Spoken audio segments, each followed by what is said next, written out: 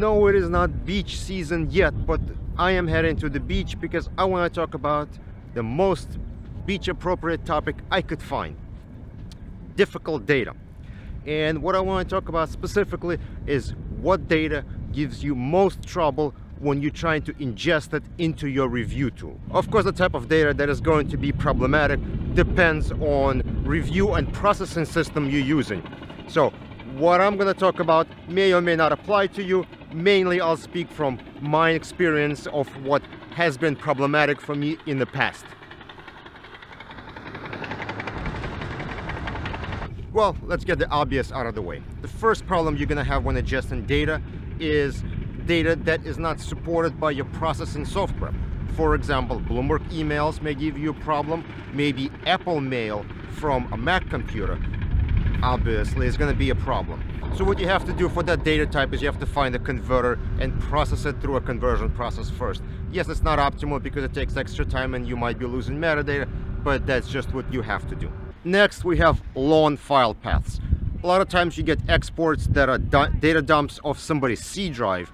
So when you folder it in your client folder, meta folder, plus other folder structure, and you add all those folders on top, you create folder paths that are over 260 characters.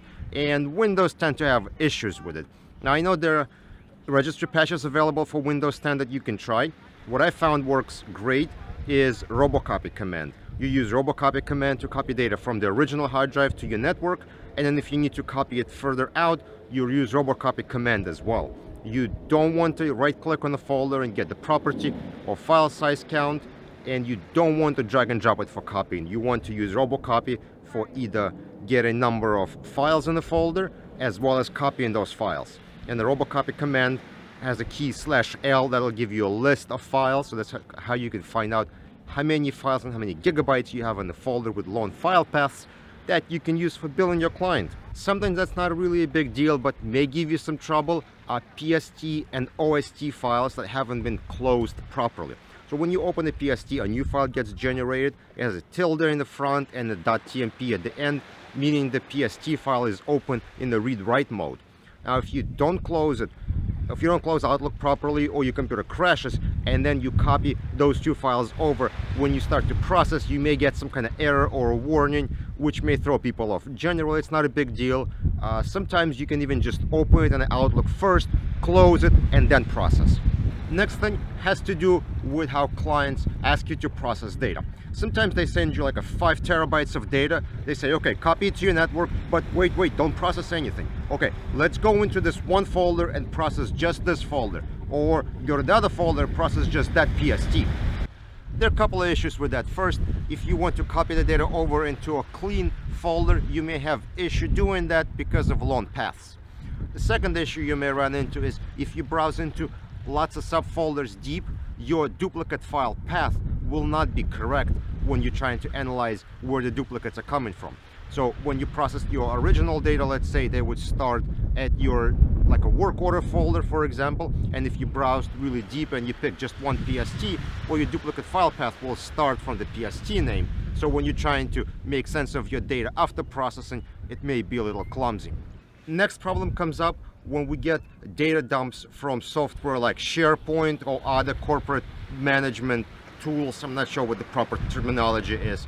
IT people on the corporate side don't really understand what the delimiters are and how important it is to use correct delimiters. So they give you like a CSV data dumps, maybe no natives or natives in the folder named something weird. And when you're trying to load it, you have all kinds of problems. Your fields get shifted because they're commas and quotes inside field values. Your attachment names don't line up. You have all kinds of problems with it. There is no easy solution for that. You call them back up and you ask, look, can you redo the export? Oftentimes it's not possible because there are multiple layers of people. You got to call your client, they call somebody else, they got to call somebody else. So if it's a small set of data, you might as well just put it into Excel and just fix it yourself. And if it's a sizable amount of data, then you really should have a conference call ahead of time to make sure you have documented specifications as to how the data is going to be coming to you.